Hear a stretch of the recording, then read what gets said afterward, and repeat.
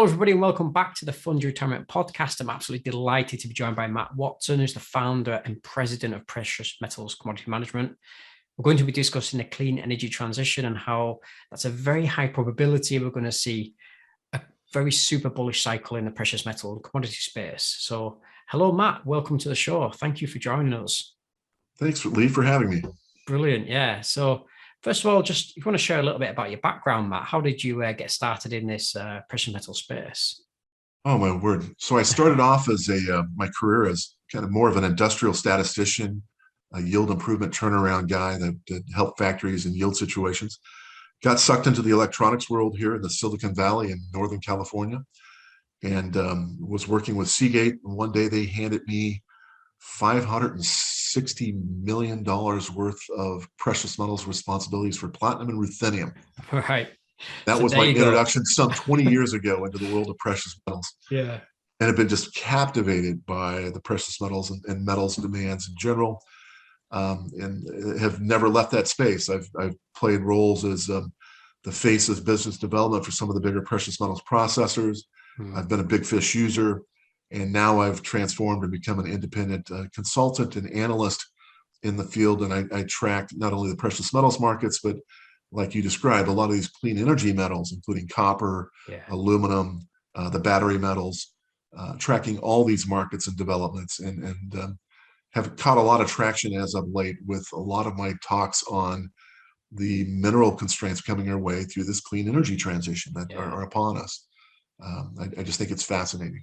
Yeah. Where we're headed. And the clean energy transition is what it's all about, and the constraints that's going to create.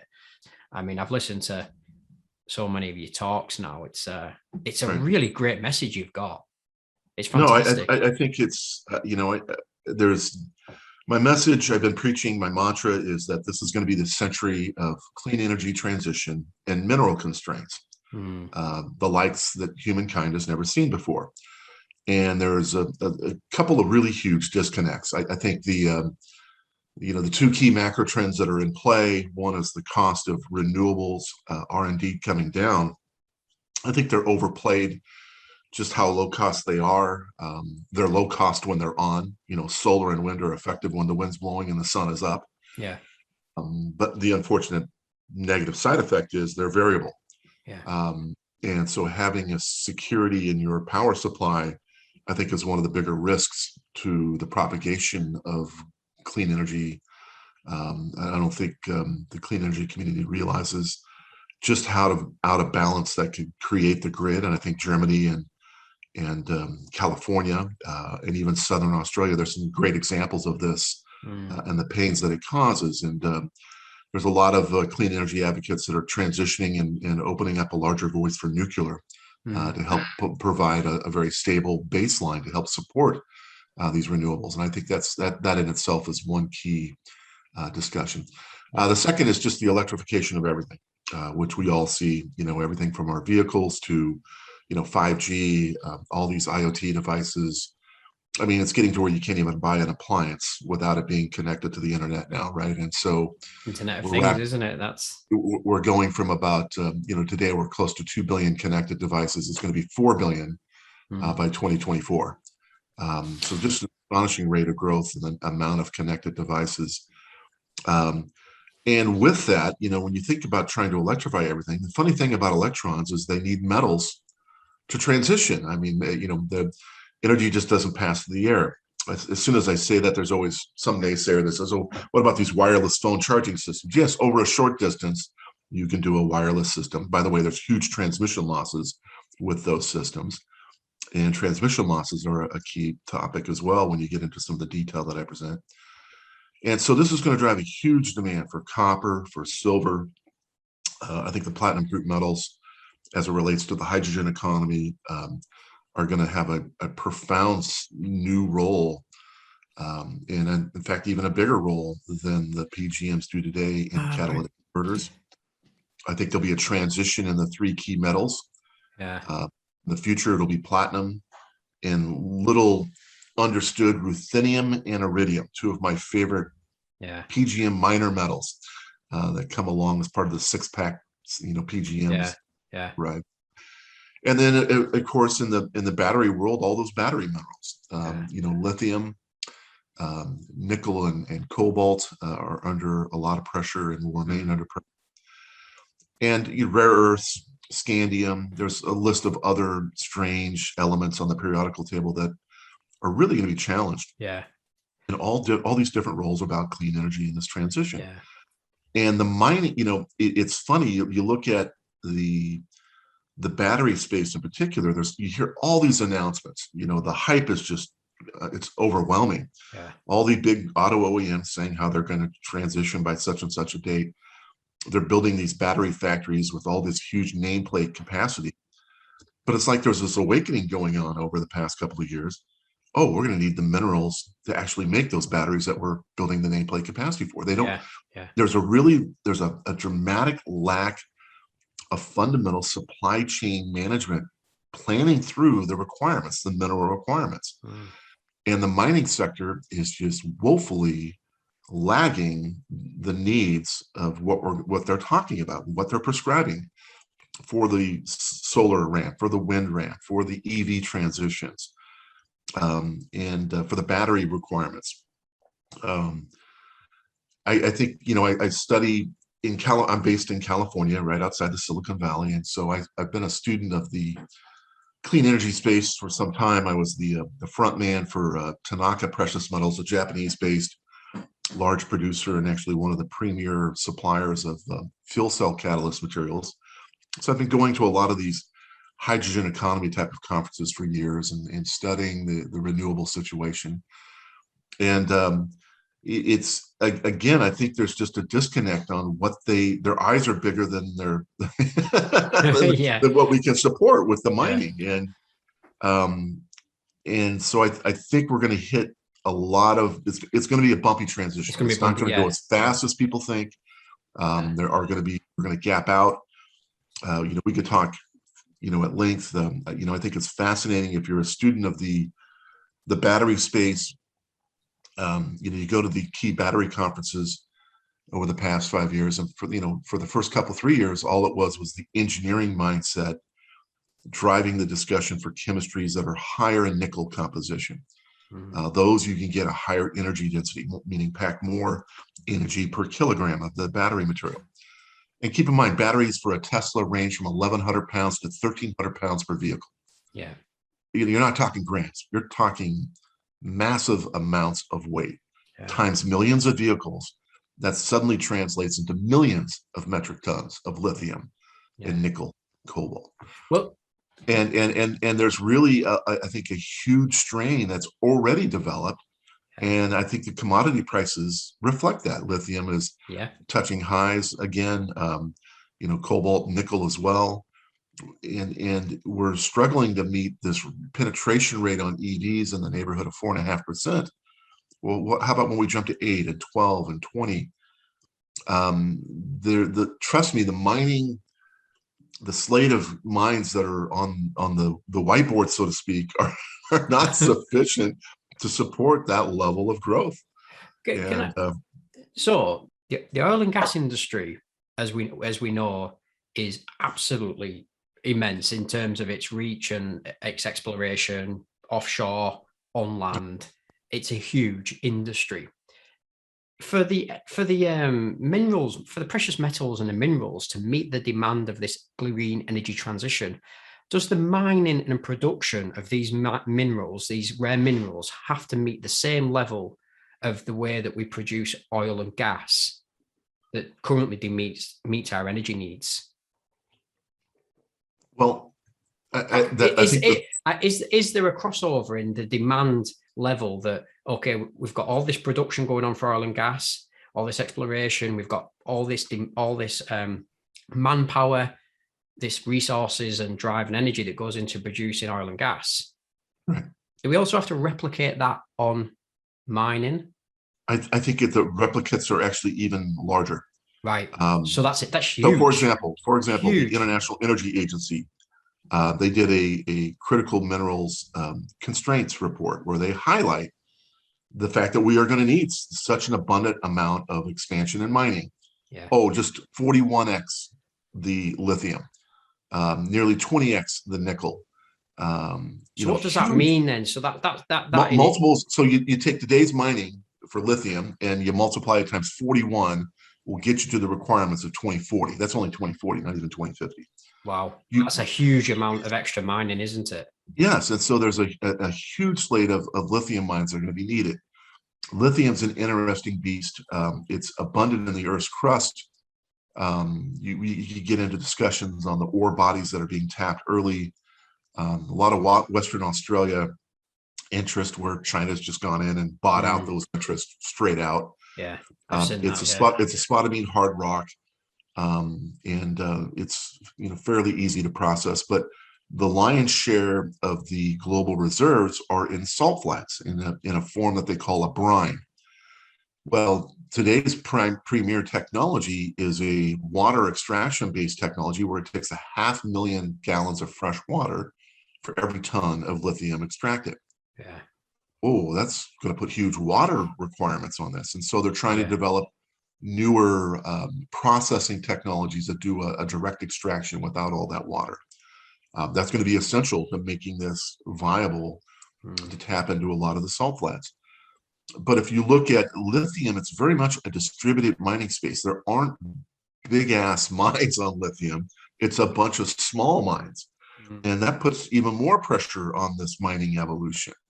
Whereas in copper, the top 20 copper mines, I think, are responsible for roughly half of the world's copper mining. Right. There, it's much more consolidated, and I think large sites can get you further down the evolution of copper. Yeah. But again, the demands and the multiples on these metals are just fantastic. Huge. Yeah, huge. Copper, I love flashing the tagline at people. So over the past 1,000 years, we've mined X amount of copper. It works out to 560 million metric tons of copper. Great. We're going to need over 2x that amount in the next 30 years. Wow. Right? So forget where you've been. This is where we're going. Yeah. By the way, are environmentalists on board with all this mining?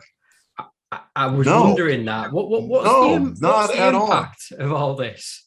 And so if you preach and teach at mining conferences as a keynote, like I often do, I mean, you learn very quickly. Know the timelines and the hurdles for miners to get their projects off the ground. It's just getting more complicated, and the timelines are growing.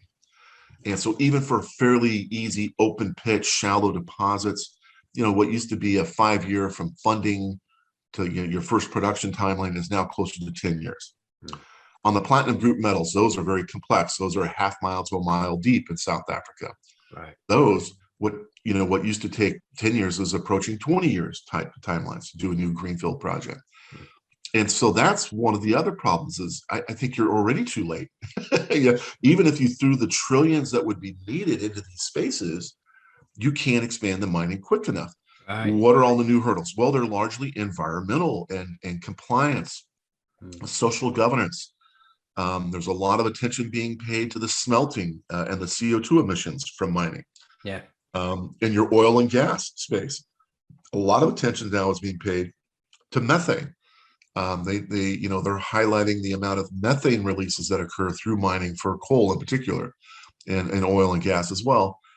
That needs to be tracked and monitored and governed much better than we've done in the past. So getting to these energy resources, either in the form of oil and gas or in the metals, is becoming more complicated.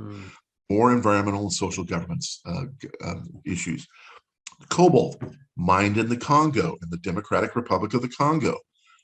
God help these people. It's a miserable country that's just rife with corruption. About 30% of the landmass of the Congo isn't even controlled by the government for the past 2 decades. It's controlled by different sets of armed militia. Yeah, sure. It's a region where the electronics industry that I serve here in the Silicon Valley is very keenly aware of. There's this group of metals called the conflict minerals that are mined in those regions controlled by militias. 90% of the population is what the UN would categorize as extreme poverty, less than $700 a year per head. Wow. And then a country with 90 million, where 90% of your country is in extreme poverty. And so there's uncontrolled artisanal mining, there's mining accidents, these people are just fighting for their lives. You can't blame them. Yeah. but it's a situation where they hold the keys to a lot of the green transition kingdom. If constructed correctly, we can influence this country and these people's lives in a very productive way. But unfortunately, for the past couple of decades, that's not been the case. Yeah. These people are still languishing. Yeah. And they, now there's big copper deposits there. There's these cobalt deposits that are important, in addition to the conflict minerals as well for electronics. So yeah, it's a complex space. Nickel, there's lots of people think, oh, these batteries are so clean. The processing in nickel and cobalt, those are some of the bigger CO2 emitting, processing of mined ore there are. Yeah. 60% of the world's nickel contains iron. That's what they call nickel pig iron. Well, that's not suitable for batteries. Batteries have to have the iron out of the way. Well, when you're starting off doing this battery transition, of course, there's enough of the deposits you can manage that. But as you grow this EV, percentage and penetration deeper, you're going to need to use nickel pig iron. So the Chinese have just developed a new means to process that nickel pig iron, largely coming from Indonesia. They put it through a whole second smelting step that emits about 90 tons of CO2 for every 1 ton of nickel processed. Wow. That's a huge footprint. Yeah. The other means they can deal with it is there's a very acid intensive process called a high pressure acid leach, where you dissolve the nickel pig iron and you can manage it with chemistries, lots of chemistries. The mine tailings that you end up are very fluffy and lightweight. They're sub 5 micron fluffy particles. And what are you going to do with all that mine tailings? And especially in Indonesia, where they have this thing called rainfall.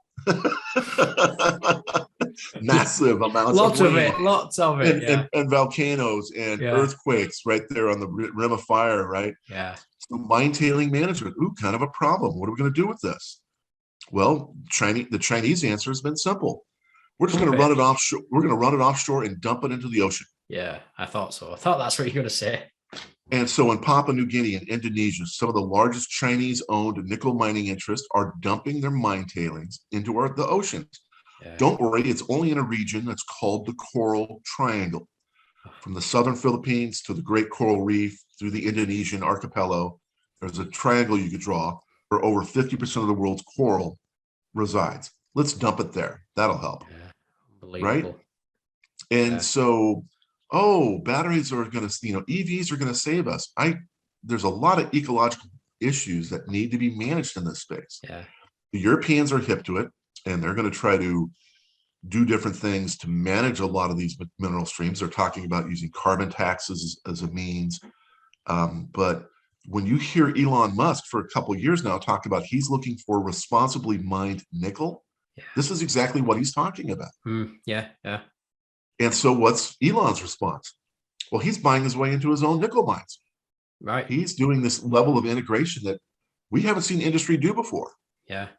Which, by the way, will there be more of this? Direct investments. Will Apple, will other companies start buying more? Because the investment community, it just isn't. I mean, not only do you need the investment community of the past, you need more investment because you need more mining. It's a bigger pie that you need now than ever before. And with all the trillions that we're throwing, and I mean trillions of dollars that we're throwing at the Green New Deal, nobody's talking about throwing anything at the mining space. Nobody. So why is nobody talking about it? Because it's clearly a massive problem. It's a huge bottleneck. It's fascinating to me. And so I found it fascinating since I've come across you, Matt. It's intrigued me so much. So one of my favorite mining companies is this PGM miner, Sibanye-Stillwater. Here's a company. They transitioned. They were in South African gold mining. They created this new entity in 2013, largely gold based. They bought their way into the PGM mining sector. Buying out Aquarius and a few lawmen and a few specific mine shafts from Anglo and others. Would you just repeat the name of them? Sorry, what was the name you said there? Sibanye-Stillwater. Effectively, though, they're led by a CEO that I think he's got to be one of the smartest minds. mines in this space. He's bought his way into this platinum group metals mining segment, buying in on the dip, if you will, buying when, after precious metals have been on the decline for some 5 years. Yeah. He bought a significant piece of the mining pie. He's well entrenched. They're serving the auto catalyst demands and the platinum group metals demands quite effectively.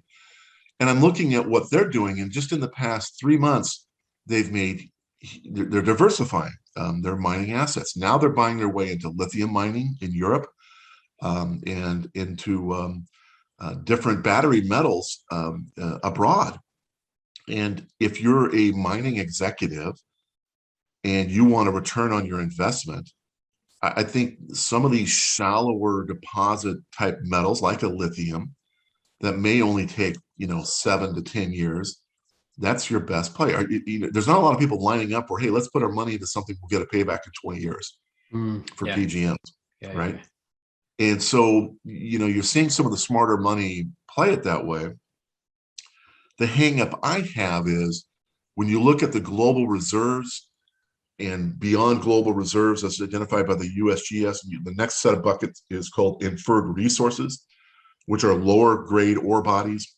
A global reserve is defined as economically extractable today, based on depth, location, ore body grade, composition. You can mine that at today's prices and make money, as opposed to inferred resources where it's too deep or it's too costly, or whatever regulatory issues too hard to get to, and you'd be underwater mining it in an inferred resource today. For the battery metals, lithium, cobalt, and nickel, you need to mine effectively 100% of the known global reserves. You need to go get them all, and you need to meet which level? To meet total electrification, 50%, or if you try to do like the zero emission mandates that all these countries have claimed, which is about roughly 75% of the global vehicle mix would be converted to an EV. Yeah. Okay. You would basically require 100% plus of all your global reserves of lithium, cobalt, and nickel. Wow. That's completely impractical. Right. That's just EVs. That's just EVs. Everything else. One of the competing technologies for transportation is fuel cell electric vehicles. Yeah. Here you need grams of platinum, a little bit of ruthenium, and iridium get involved in this space. There we know where the global reserves are at. We have over 200 years worth of mineable supplies. They're all in South Africa. That's the good news. Bad news is they're half mile deep. They're some of the most complex mining on the planet. And again, with 20-year timelines. Again, nobody's lining up for this. There, all you have to do is basically double your size of today's PGM mining for probably the price tag of roughly $1 trillion. The market cap for all the PGM miners on the planet today is in the $600 billion range. So you need to double it. I'm thinking it would take a little bit more than that $600 billion to get you there. So $1 trillion could get you there. Nobody's talking about this. Yeah. And the metals are there. And so, very easily, extractable, very practical. You use them in fuel cell vehicles. That metal isn't lost. You can recover and recycle it just like you do an auto catalyst. Yeah. And you can support a much bigger percentage of your transportation fleet converting to fuel cell vehicles. Can you just elaborate what fuel cell is? What is fuel cell? So fuel cell technology has been around. It's demonstrated for over the past 5 decades. It's a platinum-based catalyst where you basically can convert and create energy from a tank of hydrogen in your car.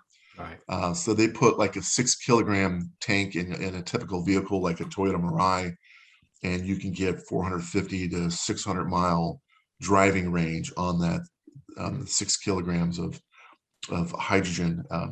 And basically the hydrogen is the fuel, and you'll convert that, you'll split the hydrogen, and you'll create all this electricity that drives your vehicle in an electric mode, a la an electric vehicle. And the only output is moisture, is water. Right. So no harmful byproducts at all. Right. The way hydrogen is produced today, it's done with fossil fuels. It's many characterize it as gray hydrogen, but there are means to create it with zero CO2 footprint a green hydrogen. And that's been the big push, is can we generate massive growth in creating green hydrogen with no CO2 footprint? Can we create this fuel with no CO2 in the process? Can we use renewables, wind and solar, to help drive the creation of this hydrogen? And the answer is yes. Yeah. And that's being demonstrated, and it's being scaled actually rather quickly. And so I think that the creation of the fuel, clean fuel, is happening, and we have the technology that's well established to burn it. To me, that seems like a much more viable path, especially for heavy duty. These fuel cells, they respond very well to weight. So having a fully loaded semi truck with an 80,000 pound payload ain't no big thing. We have, there's only about 25,000 of these vehicles on the road today. There's very limited hydrogen refueling infrastructure, so you can't go too big. But they've been demoing these semi trucks in the ports of LA since 2017. They work quite well. So they're running, 200-mile laps a day, just practicing for years now. Yeah. Okay. As they develop this technology. Very scalable, very doable. And the other aspect of the hydrogen is it's a great means to store energy. It's a very cheap storage technology.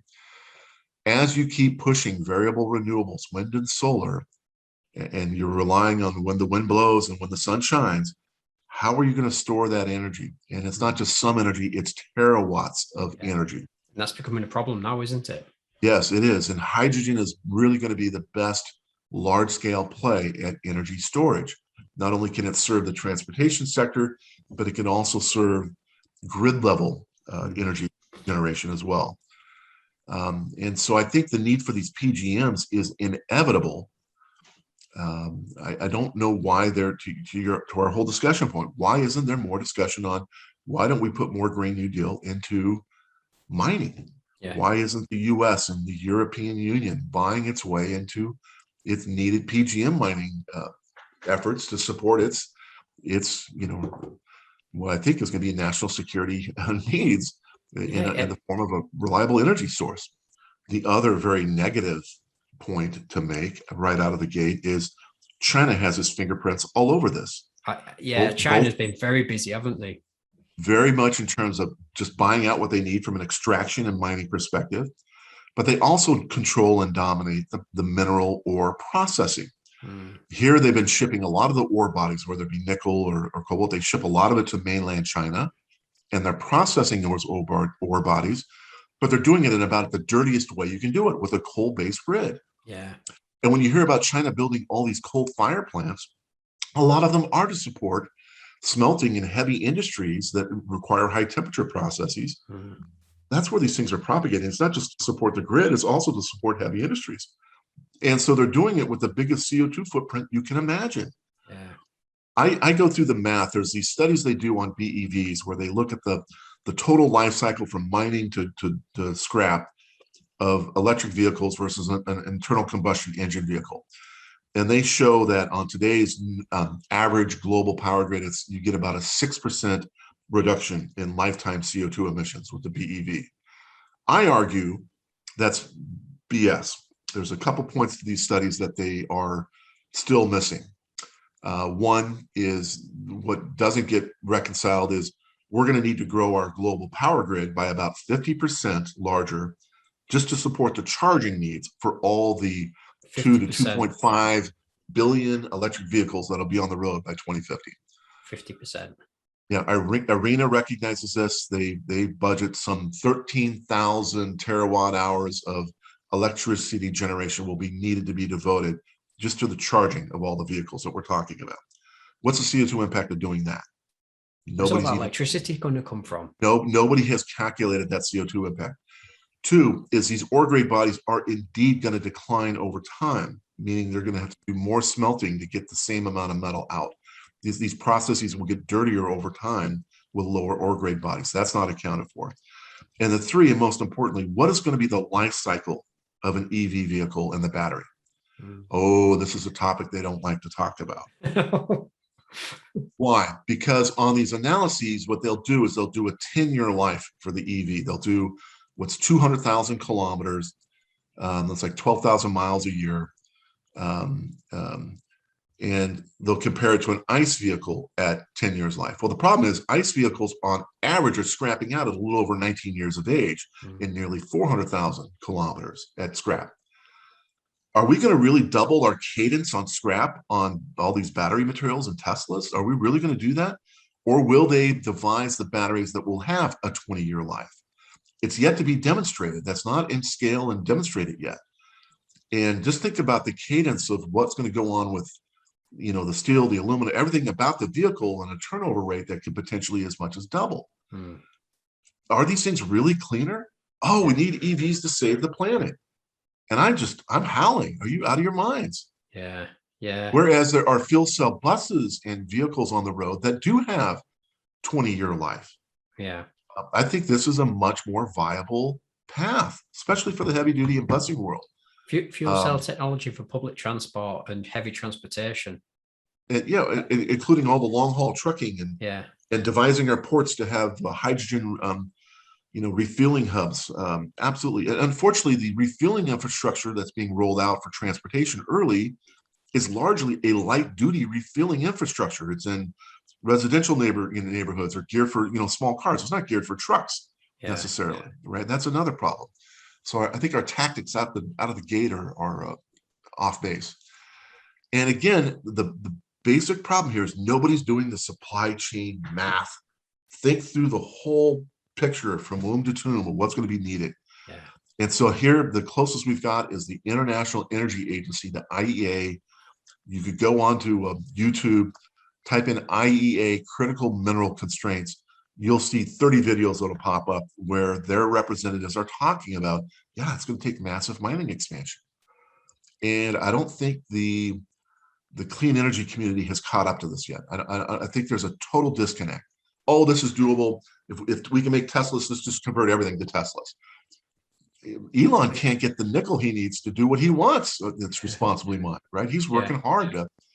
This is not an easy proposition. So my message is, this is going to be a bumpy ride. These, fossil fuel-based transportation sector is going to be with us longer than people like to think. We got to continue to focus on emission standards there, which, by the way, use platinum group metals, platinum, palladium, and rhodium. We're going to have to, I think, accelerate our efforts in the hydrogen space. There's a great deal of money going into green hydrogen production, but I think we got to push some of the transportation angles a little bit harder and faster. And I think hydrogen is it's going to be the crutch to make these variable renewables. I think there's going to be a premium on the platinum group metals that people just don't see coming. Meanwhile, the electrification of everything, I don't see any momentum to slow that down in our everyday lives. Again, like I said, every appliance is going to be integrated and, online here.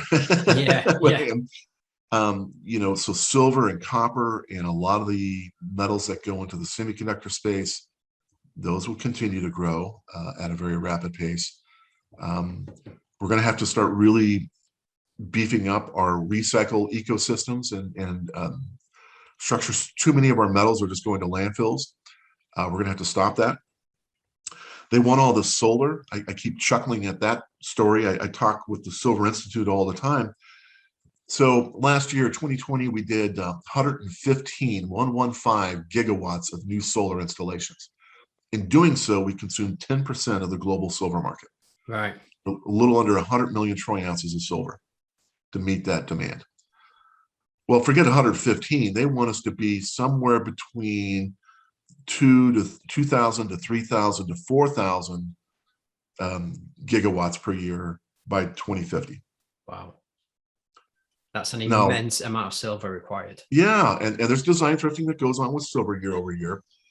But I show a trajectory the Silver Institute, I think, is very rational, where forget 10% of the silver market, you're going to be using over half of today's size silver market into the solar market. By the way, what's our recycle process for all these solar panels, which have a 25-year life, that, by the way, are going to start showing up in mass and going to our landfills unless we come up with a plan? Yeah, pretty soon, aren't they? They're going to shut pretty soon, aren't they? Yeah. Yeah. And there really is not an effective solar panel recycle system. I contend we're going to need the silver back if nothing else. Now, you can do recycle. You can recover the silver. The technology is there. It's not a technology problem. It's a cost problem. Yeah. It costs you more to do the recycle than what the metal's worth. Well, the price economically, it's underwater. $23 at the moment an ounce. So you're going to need to see those prices more than it needs to more than double. $50 ish. And so I think the governments are going to have to step in and mandate and put a $10 or $15 per solar panel module, bottle fee on it up front to support the recycle, right? Well, you've got all the computers, the phones, everything, all that is got silver content that could be recycled, hasn't it? Going to landfill. And so they harvest the more precious metals rich components and printed circuit boards. That does get captured and recycled. But yeah, a lot of the lower content, economically too hard to extract stuff does go to landfill. To the point that only 14% of those e-waste streams make it to recycle. And that's a problem, right? They'll go after, even though there's sparse amounts of gold, they know where the gold interconnects are, they know where the gold bonding wire is. They'll go for that stuff because gold's so valuable. Silver's a problem though, it's too cheap. And so even though they know it's there, it doesn't matter. Yeah, it's too expensive to get to, right? They'll get the platinum when it's available, or palladium. But we've got to force some of these streams through recycle, and solar panels in particular, because people think solar panels are wonderful. Solar panels chemically are a caustic mix of bad stuff, including a lot of leads. About 10% of the solar panels have cadmium in them, which is a known carcinogen. No, we don't want to be throwing that in the landfills. And so, we got wind turbine blades that are going to landfills, these massive blades, that go into life in 20 years. Yeah. We've got solar panels that are going to start going to landfills. Man, we got to bend some of these trajectories. And no, there's not enough kind of Green New Deal discussion about that in funding of efforts to help bend those curves. What have these 3+ trillion been earmarked for in the US then that we've heard so much about? The headline. So if there's nothing been earmarked for the actual mining of these minerals to make this green revolution happen, how are they really thinking it's going to even happen? Good question. Good question. Effectively, it's mostly to advocate in subsidies for wind and solar. It's going to be so they're going to make it cheaper for the individual to access the energy, the EV market, etc. So they're not doing anything for the supply constraint that's going to materialize from that. They're increasing the demand, but not increasing the supply. I love to tell people, so in California, if you are a homeowner, people ask me, should I put solar on my roof? And I go, you're not going to like my answer, but if you just want to work the system, absolutely, put it on your roof. If you got a swimming pool, you absolutely need to do it. You'll make money the way they have the system arranged. About a third of the installation costs are covered with subsidy. By the way, if you knew the markup from a module cost to installed cost at about $3 a watt, well, it only takes about 30 cents a watt to fab the modules, and yet they're charging $3 a watt installed residential at least. But a third of that's covered with subsidy. Oh, wonderful. And then the way the utilities have it geared, it's favorable to you that as you're generating this power, you get great fees, and you could truly impact your housing monthly bills dramatically, and with a payback of 7 to 10 years being fairly routine, that the upfront costs can get covered really quickly. So yes, absolutely do it. With that said, it also is going to have the influence of increasing the power grid costs for everybody overall on the aggregate. And that has been witnessed in clean energy. People don't like to hear this, but it's true. There's plenty of data out there with people have tracked the growth in the California power grid cost, or in Germany, or in Southern Australia. The prices have just gone astronomical. In Northern California, I'm paying 29 cents a kilowatt. In Germany, it's 33. I had some guy from Southern Australia, from Adelaide, write me. He told me, Watson, shut up. I'm paying 44 cents a kilowatt here. And I researched it, and indeed he is. They have a huge amount of renewable penetration there, but they also do a lot of 50% of their water supply comes from desalination, a very energy intensive desalination process, which, by the way, when you get into water discussions, the world's going to have to start doing more desalination in time. Trust me here as well, right? As well, yeah. And so indeed, they're paying over 40 cents a watt. And so what are you complaining about 29, Watson? Well, I'm complaining because Arizona is like 11 and Oregon's like 10. The US average is 13, and I'm paying over double that. Yeah. And the rate of California growth in power grid cost is growing about 5 to 6 times faster than all the neighboring states. Yeah. Same thing in Germany. And the part, again, that just frustrates me in this conversation is the clean energy folks are terminating nuclear early. So in California, for example, we had 2 very large nuclear installations. They've already shut one down by San Diego. Now we've got only 1 plant left that supports at about 9% of the state's power grid requirements. But they're going to terminate it early as well. Why? Because they're fearful over nuclear. There's no other reason than fear. Yeah. Your only CO2 footprint from nuclear is during the construction of the plant itself. Meaning you've already paid the CO2 price for that. Why are you cutting it off at a half-life? Yeah. You get another 40 years life out of this thing, but instead, they're not going to renew permits on it, and they're going to force it to close. Oh, that's brilliant. And meanwhile, we're going to put in more renewables. People don't like hearing this. In California, renewables are curtailed, are turned off most every single day of the year, right, with the exception of the few hot days that you hear about, they'll be in the press, where Southern California is 117 degrees. There, those days, the full state system, including renewables, are running flat out. But most days, they're turning off the solar. Why? Ends up your natural gas plants and your conventional fossil fuel plants. You can't turn the power plants on and off like a light switch. You can turn them off quickly, but to turn them on, it might take you a week, 2 weeks, or even 3 weeks to turn it back on. That makes sense. Your peak energy demands are in the evening from like 5 p.m. to about 11 p.m. at night, with 9 being the absolute zenith. Well, solar isn't going to help you at that hour, right? and so they're doing more installations of solar year over year, and they're turning more of the solar off during the daytime. Why don't they just sell it to neighboring states? Arizona doesn't want to pay 30 cents a watt. They're cheaper already. What do they need your stuff for? Oregon with all the hydroelectric. No, they don't want it. None of the neighboring states want it. Mm-hmm. And so we're stuck with this thing. Just turning it off. And so this is where there's a big discussion, and there's charts I could show you where they have excess renewables. What do we do with all these excess renewables during the day? Why don't we take that excess energy and generate this hydrogen? Is one of the primary thoughts.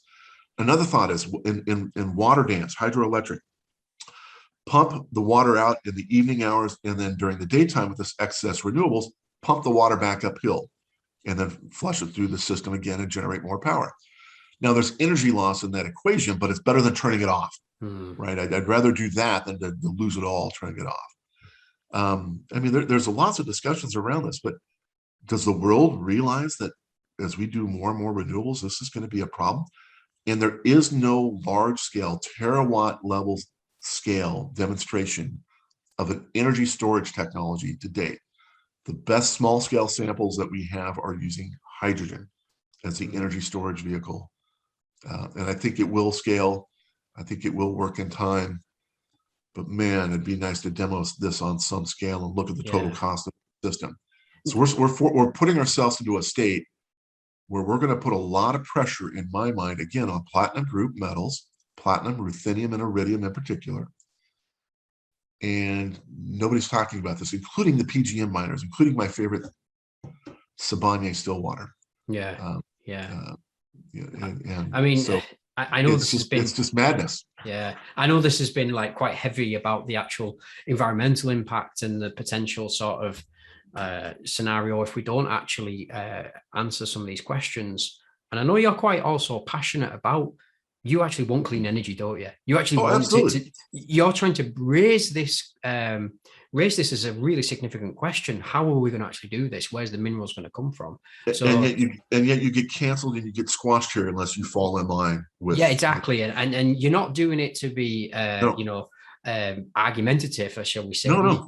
You're doing it as a genuine, from a heartfelt position, which I know because I've seen you, I've spoken to you. So One of my favorite people on this topic is a very liberal San Francisco clean energy advocate by the name of Michael Schellenberger.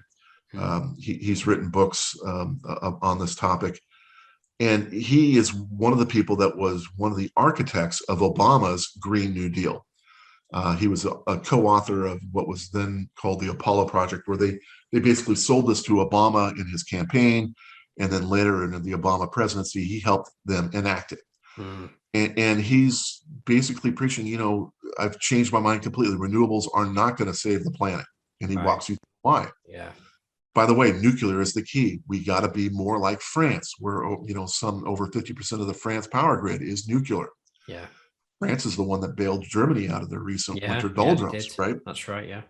And France stands quite alone on this, right? There's a lot of people pressing against nuclear, and that I think France has one of the best models in place, right? Yes. It's going to be able to sustain itself as they electrify into the next century.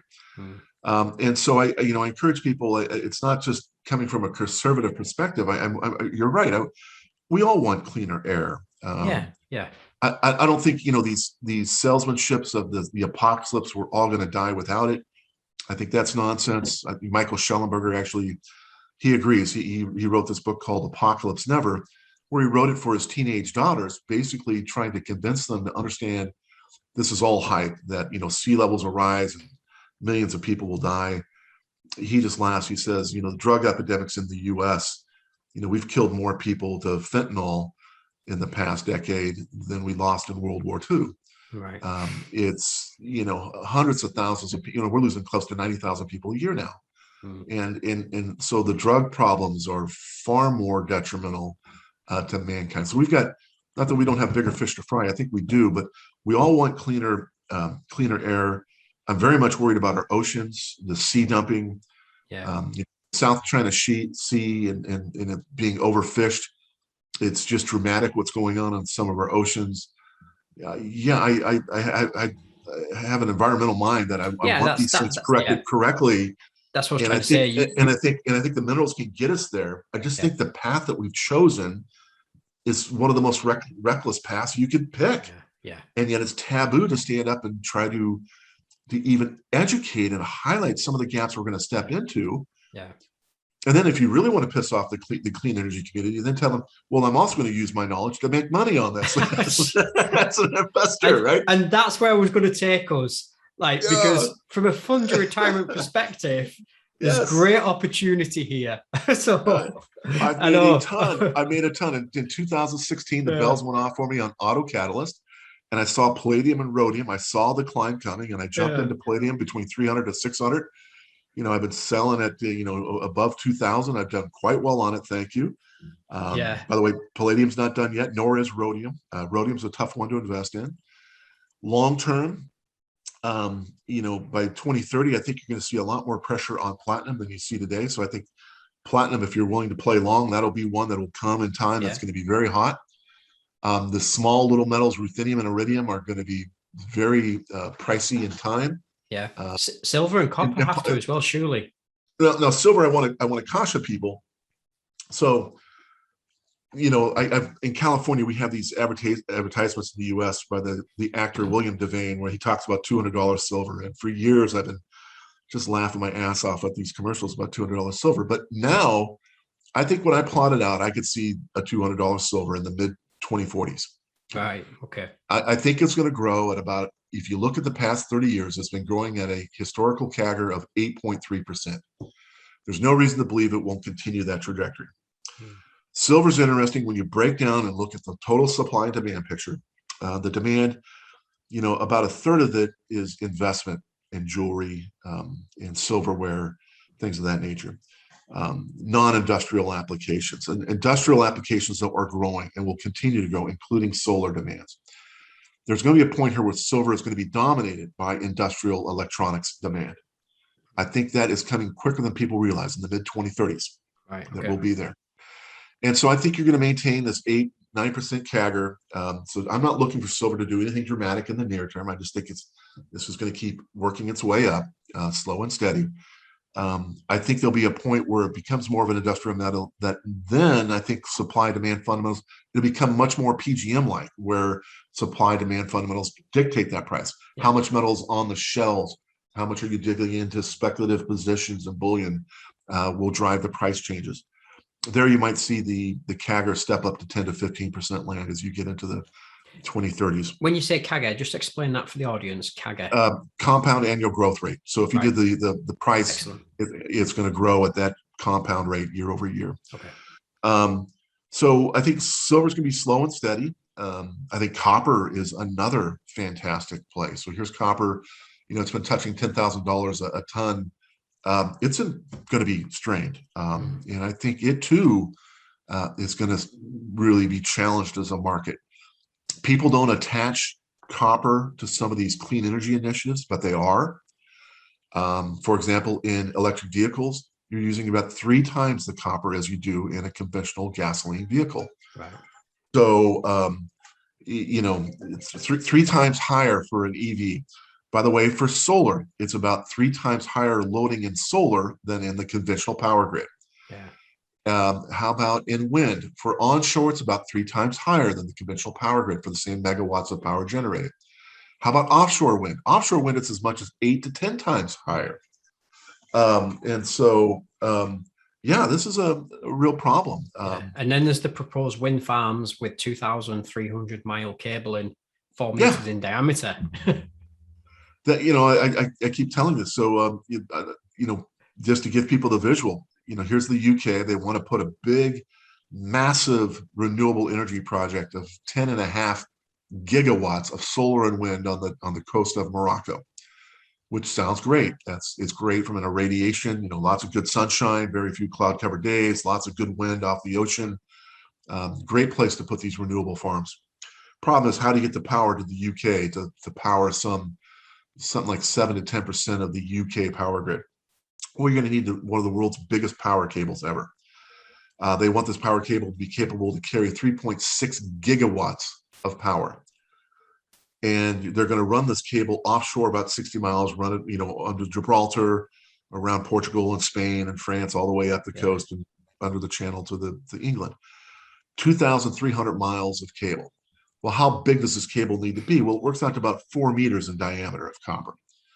Ends up that whole cable would be about 1.5 million metric tons of copper for one project. Wow. Against the backdrop, last year we mined globally about 22 million tons. Right. You need 1.5 million just for this one cabling. Don't worry, that's just the UK's project. Sweden has one, Finland's got a project, Italy's got a project.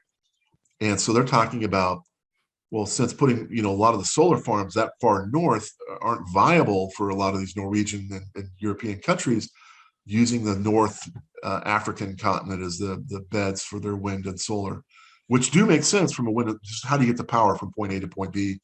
Lots of copper. Whenever you do cabling underwater or underground, almost inevitably it's copper based because of the conductivity properties.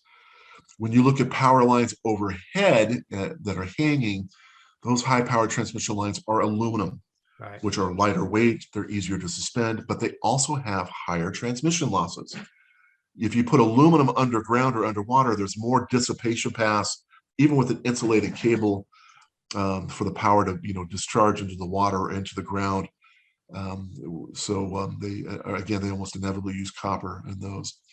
Much less that you need lots of copper for all the next generation transformers that are going to go on the power grid that we're going to need to grow to charge these 2 billion EVs. You're going to need an awful lot of copper to support these next generation transformers. It's immense, isn't it? The amount of opportunity that is there is huge. I mean, obviously, the podcast is Fund Your Retirement, and it's about bringing people on like yourself who are extremely knowledgeable and very passionate about what you're doing, what you're saying, and you mean so well in what you're doing. You really want to actually make an impact and say, hey, look, I'm all for the green energy, I'm all for the clean technology, but we've got a big problem here. We need to address this first. Yes. But what that's going to provide is a massive opportunity. And from a fund retirement perspective, the PGM metals, platinum group metals, silver, copper, these are going to have to increase in value. The charts are going to have to go up. The prices are going to have to go up from where they are right now. Silver's $23, you know, and then you've got gold at $1,780. These are all going to have to go up. By the way, a number of my clients, I service the recycle ecosystem quite a bit. And being a recycler, that's another great investment opportunity. Another great, yeah. And the mines. People haven't gotten their minds wrapped around that yet. But boy, it's a great time to, you know, I deal with people that collect catalytic converters, and, you know, they want to expand. And first question, are you doing Just copper? repeat that again, sorry. You deal with people who collect catalytic converters. What do they extract out of that? So that's the platinum group metals. So you've got there you have platinum, palladium, and rhodium. That's what they take out of them, is it? That's right, and that's why catalytic converters are being stolen. You hear about thieves that go into car parts and with, you know, portable blowtorches, and in minutes they cut out your catalytic converter from under your car. Yeah. And they're tracing these things. They're nearly untraceable. Yeah, the way they're impossible, I can imagine. Yeah. And it causes, you know, $15,200 worth of damage to your car to get it fixed. And they're just after, you know, what they'll get a couple $100 worth of, you know, on their end just for the collection of this illicit metal. That much? Oh yeah, there's about $800 worth of metals in these things. So they'll, you know, scrap collector will get some 200, roughly 250. Wow. Yeah. I'd never knew that. There's also an opportunity. You find cops, you know, where they've busted rings that are doing this, that'll have thousands of these things where they, you know, they're filling up a shipping container with these things, right? Right. And so $200 times a couple thousand, that's a real. It's a lot of money. That's a business venture, right? It's a business venture, yeah. And so they're finding these all over Western Europe and in the U.S. Yeah. But that's needed to meet the emission control standards that are being set, that are getting tighter and tighter. That's how these gas vehicles and diesel vehicles meet the emission standards that are needed, and tightening, constantly tightening. So that's what drives the price of palladium and rhodium in particular is the auto demand piece, and with these tighter regulations. It's been complicated, by the way, by VW. Remember the Dieselgate, where they got in trouble, where their vehicles on the road, they were disabling a lot of the capability. It was uncovered, and they changed the nature of the emissions testing to where it's dynamically tested now, where you don't just put probes up your tailpipe when you're sitting in a garage and rev the engine. Now they put probes on the car and go over hill, over dale, under natural loads, and they look at the emissions in operation. And so that's forced them to increase the loading some 15 to 20%, because they're seeing the true spikes in emissions more clearly now. By the way, EVs, strangely, and hybrids, like a Toyota Prius, where you have both a gas engine and a battery, are even higher loadings of these PGMs. Why? Well, you may start your car off in the morning under a battery. You may be on the freeway doing 55 miles an hour. Suddenly the battery life runs out. The engine's got to kick on.